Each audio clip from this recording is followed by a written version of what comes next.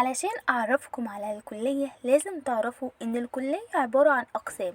كل قسم بيدمج كذا كلية في قسم واحد، والأقسام دي كلها موجودة في مكان واحد بس هنا في تربية نوعية عين شمس. في الأول لازم تعرفوا إن كل الأقسام بتاخد مواد تربوية باعتبار إن احنا تربية، وعلشان اللي حابب يشتغل في التدريس وكده يعني. وكمان اسمها نوعية علشان هي عملية جدا، وفي أقسام من غير ما أقول اسمها امتحانها العملي بس بيبقى 6 أو 4 ساعات، فما تخافوش، هي مش صعبة قوي او صعبة بس ممتعة.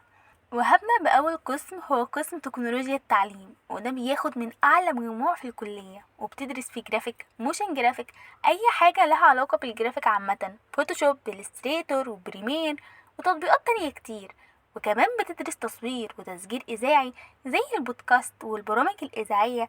ده غير انك بتدرس تصميم تعليمي، وده تقدروا تشتغلوا بيها كمصمم للكتب التعليمية اللي كنتوا بتاخدوها في المدرسة او الكتب الخارجية او اي تصميم تعليمي عامة يعني، ودول مرتباتهم حلوة قوي قوي قوي يعني. وكمان بتدرس برمجة وتقدر تشتغل كمعلم حاسب آلي او في شركة. ومجال البرمجة واسع عامة، هو اصلا قسم تكنولوجيا دامج بين كلية فنون تطبيقية وحاسبات ومعلومات. طبعا كل اللي بيسمعني دلوقتي حب قسم تكنولوجيا خلاص وعايز يدخله، ما تستعجلوش، الأقسام أحلى من بعض وكل قسم بيعلي على التاني. ندخل على تاني قسم، هو قسم الإعلام التربوي، وهنا بتدرس مواد ليها علاقة بالتلفزيون والراديو والصحافة وإزاي تعمل بودكاست. وكمان بتدرس مواد ليها علاقة بالمسرح والتمثيل. وكمان بتدرس مواد ليها علاقة بالتكنولوجيا زي مادة تكنولوجيا المعلومات، وفيها بتتعلم إزاي تصور الفيديو الصحفي وتخرج منه صوت وصورة. وده غير انك بتتعلم ازاي تستخدم ال AI في الخبر والانفوجرافيك. وقسم الاعلام ده بيدين لكلية صحافة واعلام. تالت قسم عندنا هو اقتصاد منزلي،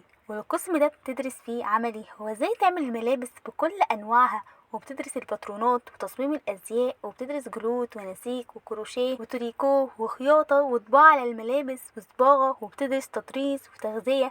وكمان بتدرس فسيولوجي وبيولوجي وكيمياء عضوية وكيمياء حيوية. وبتدرسوا إدارة أسرة اللي هي إدارة المنزل، وبتشتغلوا كمدرسين اقتصاد منزلي، وممكن تشتغلوا فاشن ديزاينر، وممكن تبقوا شيف عادي جدا، وممكن تبقوا اخصائيين تغذية، وده بتعملوا له دبلوم التغذية وبتشتغلوا على نفسكم في شوية في كورسات. وممكن تبقى مراقب جودة، وده برضو محتاج تاخد كورسات فيه وتنزلوا تدريب الأول.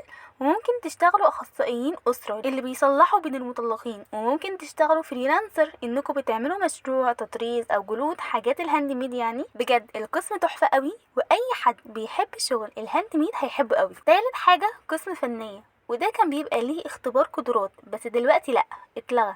وفي فنية بيدرسوا رسم وتصوير وتصميم ونسيج وخزف ونحت وطباعة وأشغال خشب ونجارة وأشغال فنية وأشغال معادن. وكمان بيدرسوا فلسفة علشان في صور بتكون نادرة وبتدي رسالة مميزة.